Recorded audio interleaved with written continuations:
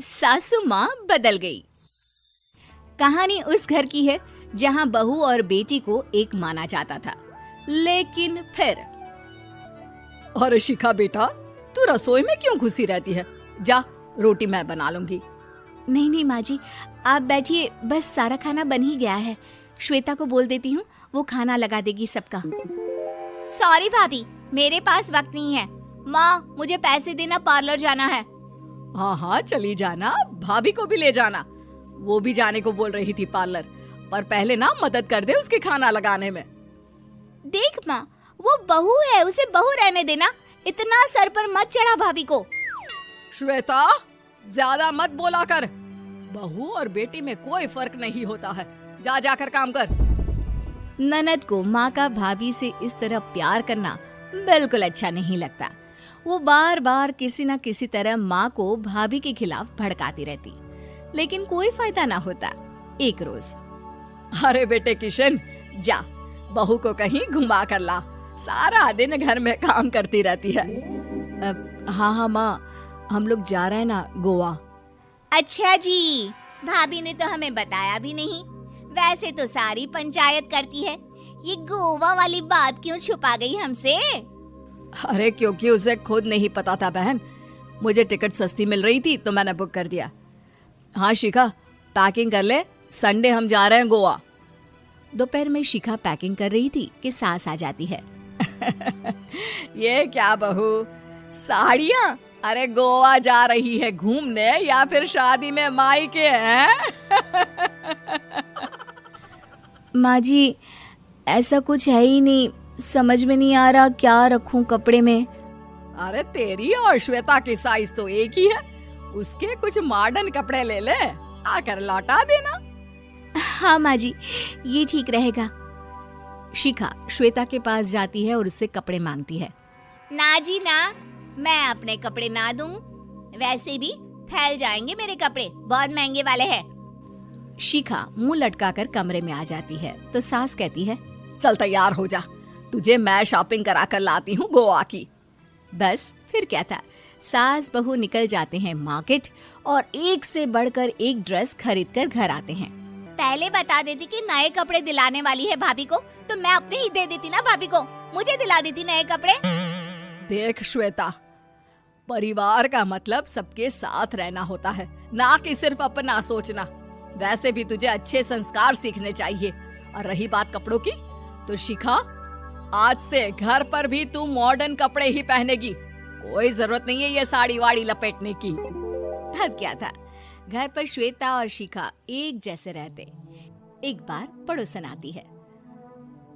अरे बेटा, अपनी माँ को तो बुलाना, जरा बात करनी है। शिखा सास को बताती है और रसोई में चली जाती है।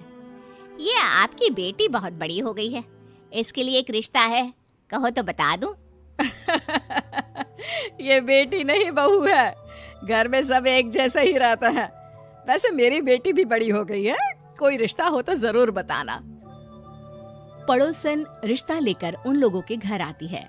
तब श्वेता की होने वाली सास कहती है, तो ये घर है, कितने मंजिल का है? और ये बहू ने आपकी क्या पहन रखा है, जीन्स टॉप? अरे भाई, साड़ी वाड़ी नहीं है क्या इसके पास? देखिए, सर्दी है तो साड़ी में बहू कैसे मैनेज करती, वैसे पहनती है साड़ी भी।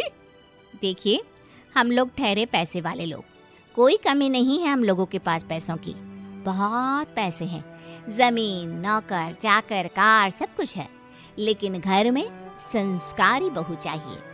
समझ रही है ना आप? सास कुछ कहती कि श्वेता बोल पड़ती है, हाय रे, नौकर चाकर से लेकर जमीन, कार, पैसा, हाँ हाँ, मुझे रिश्ता मंजूर है मुझे। अरे रुक जा श्वेता, मैं बात कर रही हूँ ना। देखिए, हम लोगों के घर इतनी आजादी नहीं मिलेगी। अरे हाँ कर देना माँ, हाँ कर दे जल्दी से। सास क्या करती, बेटी की शादी ऐसे घर में कर देती है जहाँ ना उनके विचार मिलते हैं और ना ही आचार।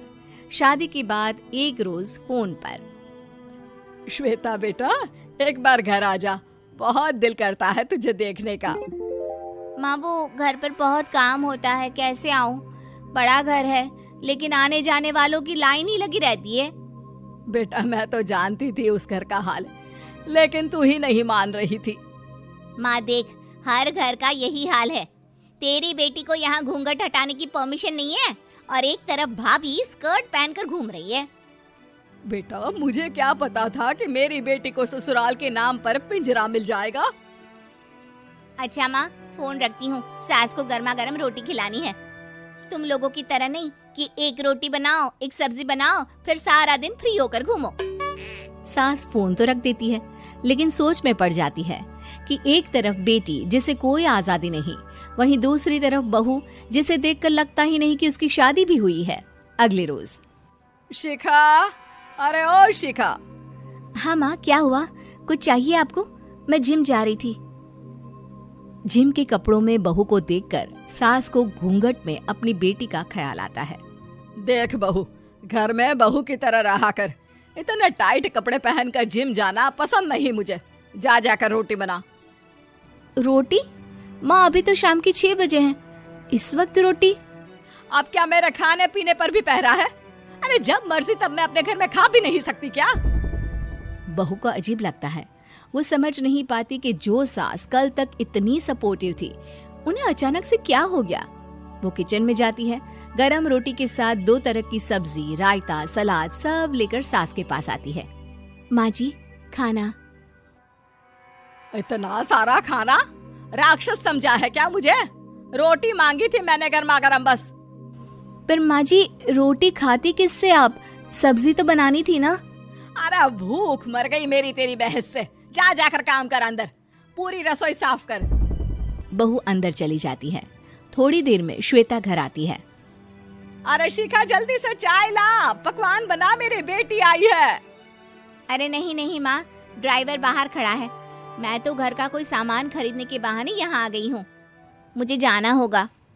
अरे बेटा, पर कितने दिनों बाद देख रही हूँ तुझे, रहने आ जाना 2-4 दिन के लिए।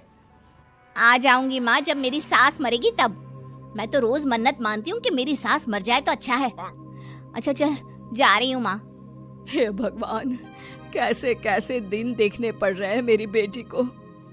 सास अंदर जाती है, जहाँ श्वेता की जिम वाली सहेली का फोन आया होता है। क्या बात है, आज जिम नहीं आई? अरे पता नहीं यार, आज माँ को क्या हो गया अचानक। पर खैर कोई नहीं, लगता नहीं कि मैं अब जिम आ पाऊंगी। शिखा स्पीकर पर बात कर रही थी, जिसे सास सुन रही थी। यार ये सास ना होती ही ऐसी है।